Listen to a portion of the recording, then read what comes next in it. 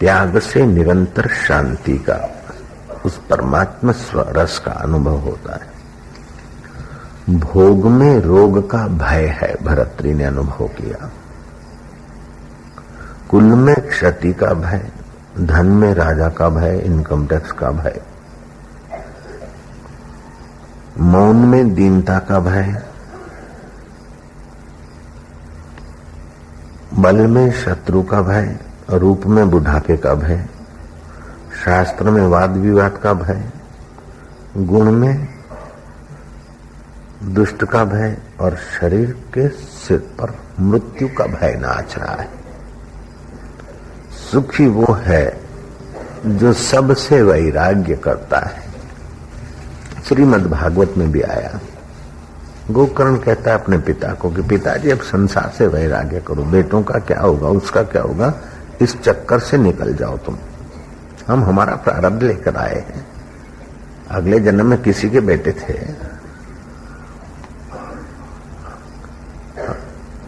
शरीर भी तुम्हारा नहीं, तुम्हारा शरीर हो तो तुम्हारे कहने में चले, तुम नहीं चाहते हो बीमार हो जाए, हो जाता है कम वक्त, तो हम तुम्हारे कैसे रहे?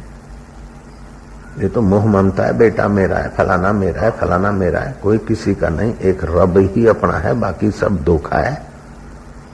वैराग्य राग रसिको भव भक्ति निष्ठा, वैराग्य में राग करो और परमात्मा का रस पाओ, भक्ति निष्ठ हो जाओ, इसी से तुम्हारा कल्याण होगा। आत्मदेव ब्राह्मण अपने बेटे का जरा सा उपदेश सुनकर चला गया एकांत में और अपना जीवन उद्धार कर लिया। भरतरी भी चले गए गुरु के द्वार पर, अपने जीवन को ब्रह्ममय बना दिया। मां कौशल्या भी चली गई श्रृंगी आश्रम में, राम जैसे बेटे का त्याग कर दिया। राम तो राम ही थे, इतने बढ़िया बेटे थे, लेकिन आत्मा का उद्धार के लिए राम के सुख की भी जरूरत नहीं है, राम के राज्य के सुख की भी जरूरत नहीं, आत्म सुख के आगे। ऐसा वैराग्य मां कौशल्या को। तुलसीदास ने कहा, जानिए तब ही जीव जागा, जब सब विषय विलास विरागा। जीवात्मा तब जगा जब विषय विलास में वैराग्य हुआ, तब उसे परमात्मा रस, परमात्मा सुख मिला, और जगत का सुख तो उसके पैरों तले। इमाम का खुदा शर्मद के पैरों तले है, कल कथा सुनाई थी। ऐसे इंद्र का वैभव भी ब्रह्मज्ञानी के पैरों तले। वो ब्रह्म ज्ञान पालो, उसी के लिए तो जन्म हुआ है। कब तक संसार में पच पच के मरोगे? पच मरने के लिए तुम्हारा जन्म नहीं हुआ है। अमर रस पीकर अमर आत्मा परमात्मा में एक होने के लिए तुम्हारा जन्म हुआ है। लेकिन पूर्व अभ्यास जो पड़ा है वो छूटता नहीं। जानते हैं कि कोई सार नहीं, सब मरने की तरफ जा रहे हैं। जो मिला हुआ है देने वाले का है, मेरा मेरा करके कई कम वक्त मर गए और प्रेतों पे भटक रहे हैं। ये हमारा हमारा कर रहे हैं, लेकिन हमारा जो है उसका पता नहीं, और जो हमारा नहीं है उसकी ममता छूटती नहीं। ये पूर्व का अभ्यास है, और पूर्व की जो आदत है मेरा मेरा करने की, उस आदत को बदले बिना कोई पूरा सुखी नहीं हुआ। तो जैसे बहुत बोलने की आदत है तो मौन रखो, तो वो नियंत्रित हो जाएगी। बहुत देखने की आदत है तो आंखों को नासाग्र दृष्टि रखो। बहुत खाने की आदत है तो लिमिट बना दो। जिसको पूर्व का आग्रह है विषय विकारों का सुख लेने का, मज लेने का, वो भक्त अभक्त हो जाएगा जब मजा नहीं आएगा। शिष्य अशिष्य हो जाएगा। योगी योग अभ्यास तो करेगा लेकिन पूर्व की आदत नहीं छोड़ेगा, तो योगी अयोगी रहेगा।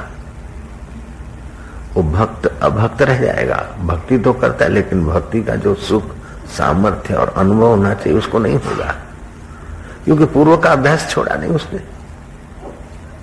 भोपाल छोड़ा नहीं और मुंबई कैसे पहुंचेगा?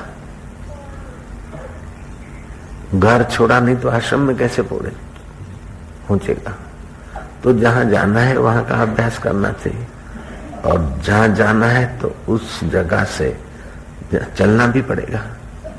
तो जो पुरानी गंदी आदत है भोग भोगने की, वासनामय जीवन की, उनके विपरीत आदत डालना पड़ेगा।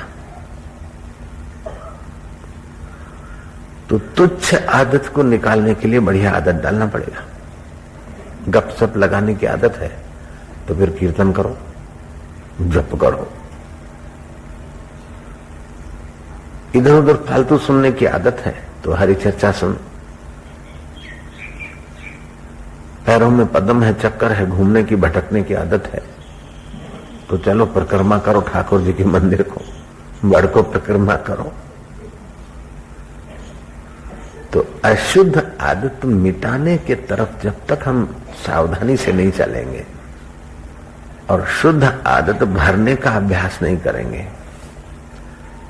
तब तक कितना भी धन मिल जाए, कितनी भी सत्ता मिल जाए, कितना भी सौंदर्य मिल जाए, कितना भी वाहवाही मिल जाए, अंदर से खटका बना रहेगा, भय बना रहेगा।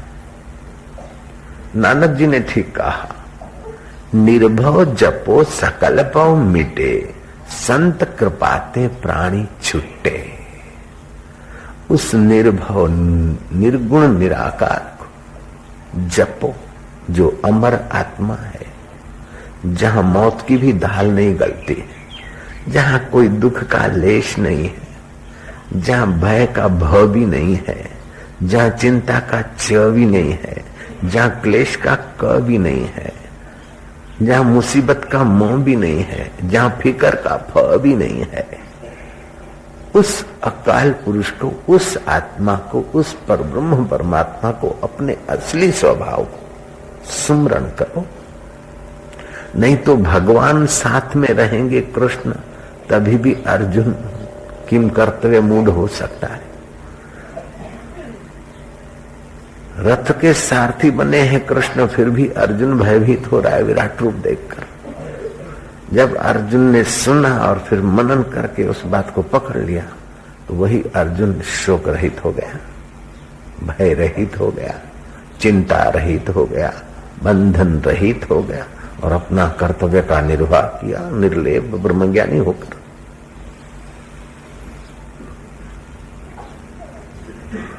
पूर्व अभ्यासेन कौन्तेय वैराग्येण च गृह्यते। वो पूर्व के अभ्यास को मिटाने वाला अभ्यास करो और वैराग्य से इस मन को वश करो।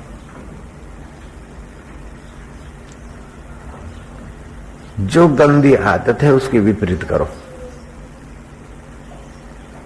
देर से उठने की आदत है तो सवेरे उठना है तो रात को नाम लेके, मेरा नाम फलाना है, पानी पतवाला है, मैं सुबह सूरज उगने से इतनी देर पहले उठूंगा।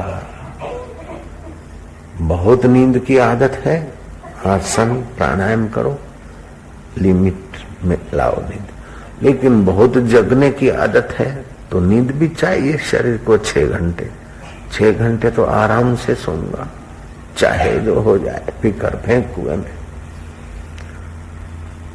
नींद नहीं आती तो पैरों तले घी मले, लेकिन बुढ़ापे में 6 घंटे की जरूरत नहीं पड़ती, 4 घंटे 4.5 घंटे काफी हो जाते।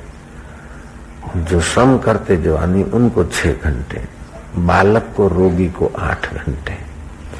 मतलब जिस बात की कमी है अथवा जो अभ्यास गंदा है उसको विपरीत कर तो आप परमात्मा को पालोगे। जिन कारण आपको दुख आता है उनसे विपरीत कारण करो तो दुख मिट जाएगा। जिस कारण से जन्म मरण हो रहा है उसके विपरीत सोचो करो तो मुक्ति हो जाएगी। एक तो ये है। दूसरा है कि हम किसी ऐसे महापुरुष के पास पहुंच जाए और वो हमें थोड़ा सा उनकी दुनिया का अभ्यास करा के, कीर्तन वचन करा के अपना स्वाद चखा दे, अपने अभ्यास का अमृत हम पर फेंक दे। ब्रह्मज्ञानी की दृष्टि अमृतवर्षी, कोई ब्रह्मज्ञानी महापुरुष मिल जाए और उनकी दृष्टि से वो आत्मा के अमृत के वेव्स हम पर बरसे, तो हमारा उल्टा आदत और उल्टा स्वभाव अपने आप उन सुलटे स्वभाव के कारण बदलता जाएगा। जैसे ढेर कचरा हो और कोई चिंगारी फेंक दे और फिर हम उस चिंगारी को फूंकते रहे तो ढेर जल जाएगा। किसी ने कृपा करके चिंगारी तो दे दी और हमने लापरवाही करके फूंका नहीं तो चला जाएगा। मंत्र दीक्षा वह चिंगारी है जो करोड़ों जन्म के पाप ताप और उल्टे अभ्यास को जलाकर भस्म कर देती है और साधक को कुंदन बना देती है।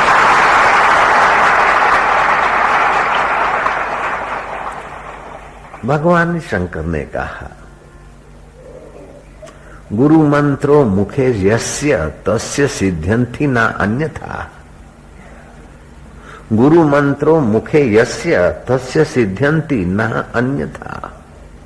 जिसके मुख में गुरुदेव का दिया हुआ मंत्र है उसको सच्ची सिद्धि मिलती है, दूसरों को नहीं। गुरु मंत्रो मुखे यस्य तस्य सिद्ध्यंति ना अन्यथा। गुरु लाभात परम लाभो। गुरु लाभात परम लाभो। व्यवहारिक लाभ तो नेता से मिलने से भी हो जाएगा और नेता को जनता की चौकड़ी मिलेगी तभी भी हो जाएगा। ये सब व्यवहारिक लाभ है, नश्वर लाभ है, तुच्छ लाभ है। इनको परम लाभ में कहीं किसी शास्त्र में वर्णन नहीं आया। धन मिल गया, सत्ता मिल गई, सिद्धियां मिल गई, स्वास्थ्य मिल गया, ये सब तुच्छ लाभ है, मरने वाले लाभ है, मिटने वाले लाभ है। कितने भी लाभ हुए फिर भी वो इंसान कंगाल का कंगाल रहेगा। कितने भी करोड़ों रुपए मिल गए फिर भी हृदय में इच्छाएं वासनाएं और कोई दुख रहा और मरते समय कंगाल हो गया। तो ये सारे जो लाभ हैं ये अंत में तो कंगाल ही रखते हैं। एक ही लाभ है परम लाभ जो आत्म लाभ है। आत्म लाभात परम लाभम न विद्यते। आत्म लाभ से बढ़कर कोई लाभ ही नहीं है। आत्म सुखात परम सुखम न विद्यते। आत्म सुख से बढ़कर कोई बड़ा सुख ही नहीं है। आत्मज्ञानात परम ज्ञानम न विद्यते। आत्मज्ञान से परम ज्ञान बड़ा ज्ञान कोई है ही नहीं। ऐसा ज्ञान गुरुओं के सानिध्य से, गुरु की कृपा चिंगारी से आरंभ होता है और साधक की साधना की फूंक चलती रहे तो वो भवकता और जन्म जन्मांतर के अविद्या, अस्मिता, राग, द्वेष और अभिनिवेश इन पंच क्लेशों को जला देता है। ये 5 प्रकार के कचरे कूड़े को जलाकर भस्म कर देता है।